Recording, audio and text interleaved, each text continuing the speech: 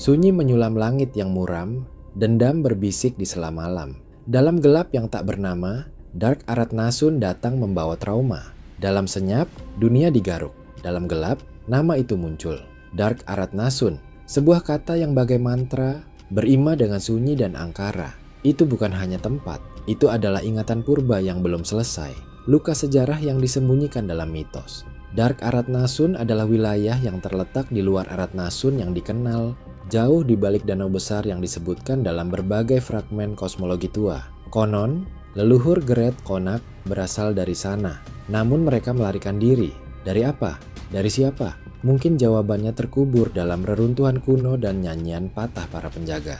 Seperti kata Empedokles, apa yang kini kau anggap hantu, dulu adalah tuan dari langit. Maka, mari kita susuri kedalaman yang tak bernama ini. Bayangkan makhluk yang tak bergerak ketika engkau menatapnya. Tapi saat kau menoleh, ia mendekap, mematahkan, mencekik. Dora nyamuk bukanlah makhluk biasa. Ia adalah perwujudan diam yang membunuh, keheningan yang menunggu celah untuk menusuk. Dalam pemikiran Heidegger, manusia takut akan das Nichts, kekosongan. Dora nyamuk adalah personifikasi dari kekosongan itu. Ia diam, ia tak menjawab, tapi justru di sanalah horor tinggal. Mengapa kita takut saat menoleh ke belakang? Karena Dora nyamuk selalu menunggu di tempat di mana kesadaran kita lengah. Ia bukan predator yang mengejar. Ia adalah kehampaan yang mendekat saat kau mengalihkan pandangan. Dan lebih dari itu, ia bukan tapi pengingat bahwa kadang yang paling mematikan adalah yang paling senyap. Dalam dunia yang riuh, diam adalah senjata. Dan Dora adalah panglima diam itu. Fajar Karbit adalah imitator. Ia bisa meniru, bisa membuat replika dirinya dari apapun. Batu, daging, tulang, bahkan ingatan. Dalam pemikiran Baudrillard, kita hidup dalam zaman simulakra, tiruan tanpa referensi asli. Fajar Karbit adalah horor dari simulakrum itu. Sesuatu yang tampak nyata, tapi tak pernah hidup. Manusia tak tahu mana yang asli, mana yang bayangan. Dan bayangan itu kini bisa bicara, bisa menyentuhmu, bisa menggantikanmu. Ketika realitas kehilangan pusat, Fajar Karbit menjadi pusat palsu.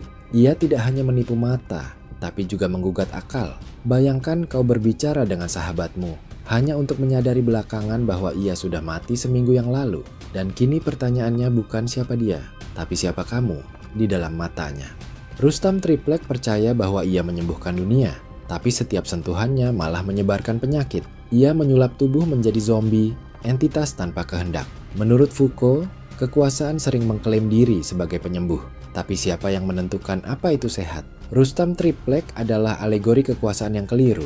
Ia tak sembuhkan dunia. Ia menjadikannya bisu, bergerak tanpa makna. Ia adalah ekses dari ambisi penyelamatan yang melukai. Dan yang paling menyedihkan, ia percaya bahwa ia benar. Ia menyebar luka dengan keyakinan suci. Setiap langkahnya adalah vaksin yang membawa virus. Ia datang seperti malaikat, tapi berpakaian seperti dukun purba. Dalam pikirannya, kehancuran adalah perbaikan, dan pembersihan adalah pembusukan.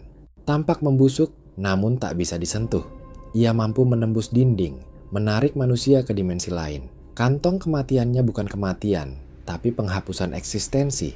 Dalam pemikiran Immanuel Kant, ruang dan waktu adalah bentuk dari intuisi manusia. Parman Geleng merusak bentuk itu. Ia melubangi batas antara eksistensi dan ketiadaan. Ia tak membunuh, ia menghapus. Dan dalam penghapusan itu, tak ada suara yang bisa pulang. Seolah-olah ia menuliskan ulang realitas, tapi hanya dengan tinta kehampaan. Ia adalah terowongan tanpa ujung, pusaran hitam tanpa pusat. Sekali tersedot, tak ada narasi yang tersisa. Bahkan kenanganmu tentangmu pun akan lenyap tanpa bekas. Kepalanya tersegel dalam helm, tapi dari dalamnya senjata tercipta. Tajam, cepat, mengerikan. Jarod Tiger adalah personifikasi dari kekerasan murni, tanpa wajah, tanpa arah. Menurut Lucius Seneca dalam surat-suratnya kepada Lucilius, perang bukanlah tanda kekuatan, tetapi kegagalan akal. Jarod Tiger adalah warisan dari kegagalan itu. Sebuah mesin kehancuran yang tak mengenal jeda atau belas kasih. Ia tidak berpikir, ia menyerang. Dan mungkin dalam setiap peperangan yang kita agung-agungkan, ada helai jejak dari Jarod yang tertinggal. Ia adalah gema pertempuran yang tak pernah usai. Bayangkan mesin yang menangis karena tidak bisa berhenti menembak. Itulah Jarod, produk dari dunia yang tak bisa lagi berkata, cukup, besar, reptilian, regenerasi sempurna. Ia tidak bisa dihancurkan, Ia menyesuaikan diri, dan ia membenci semua bentuk kehidupan. Spinoza berkata bahwa segala sesuatu bertahan dalam keberadaannya melalui keinginan untuk eksis, tapi Gogon Tunjang adalah pengecualian. Ia eksis bukan karena cinta terhadap hidup, melainkan karena benci terhadap semua yang hidup. Ia adalah kebalikan dari alam. Ia adalah mimpi buruk Aratnasun. Setiap bagian tubuhnya yang dipotong, tumbuh lagi dengan kemarahan lebih dalam. Dalam dirinya terkandung algoritma kebencian. Suatu pola dendam purba yang diwariskan oleh spesies-spesies yang punah dengan marah. Dan amarah itu bukan teriakan. Ia adalah bisikan tak terdengar di tulangmu. Dalam setiap selnya, tersimpan memuar kehancuran spesies-spesies purba. Ia tidak datang untuk menaklukkan. Ia datang untuk memastikan tidak ada yang bisa tumbuh setelahnya. Ia adalah tanah hangus dalam bentuk makhluk. Sigit Rendang adalah kehampaan yang menjadi makna. Ia adalah dewa kehancuran dari Dark Aratnasun, entitas yang tidak bisa dibaca oleh akal manusia, karena akal itu sendiri ia yang ciptakan dan hancurkan dalam satu kedipan. Jika Gogon Tunjang adalah kemarahan daging, maka Sigit Rendang adalah kehancuran konsep.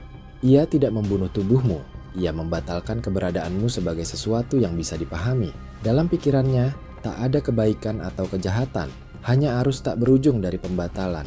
Ia adalah retakan dalam kenyataan, lubang dalam struktur bahasa, kegelapan yang tidak berasal dari tiadanya cahaya, tapi dari terlalu banyaknya cahaya yang membutakan. Dalam ruang antara realitas dan mimpi buruk, di sanalah tahta Sigit Rendang berdiri, terbuat dari tulang aksara dan nyawa para filsuf. Nietzsche menyebut tentang kembalinya yang abadi, tapi Sigit adalah penolakan terhadap semua bentuk pengulangan.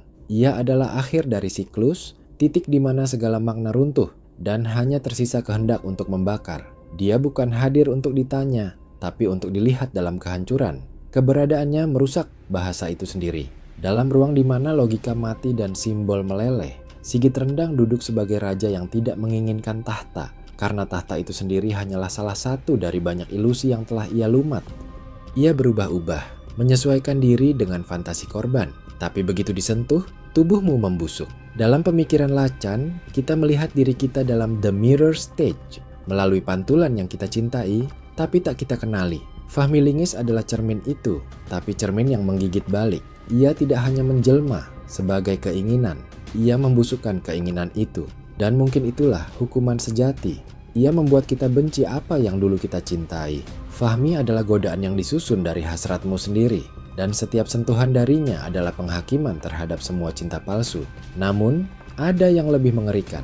Ia bisa menggandakan bentuknya dan menyebarkannya, membuat orang jatuh cinta kepada duplikatnya.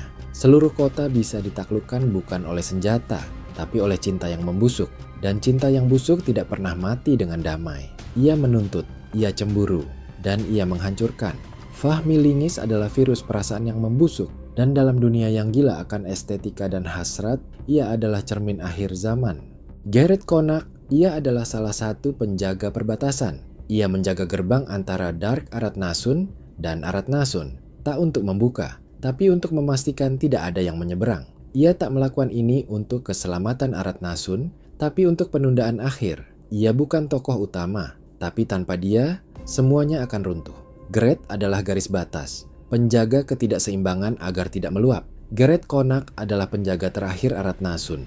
Ia berdiri di antara dua dunia, menjaga agar makhluk-makhluk dari Dark Aratnasun tidak menyeberang ke wilayah Aratnasun yang masih bernapas. Ia tak bisa tidur, tak boleh lengah, karena sekali saja gerbang retak, makhluk-makhluk itu akan menyebar seperti kabut beracun, dan semua harapan akan jadi mitos baru.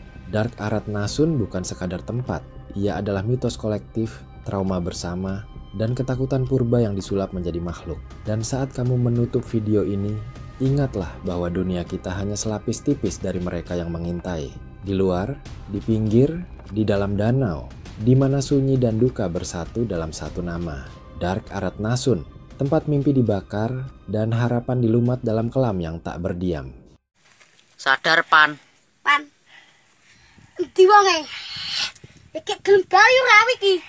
Ora ngerti meneh kowe tak. Gelem bali ngono pidato. Sadar, Pan. Sadar, Pan. Sadar, Pan. Pan.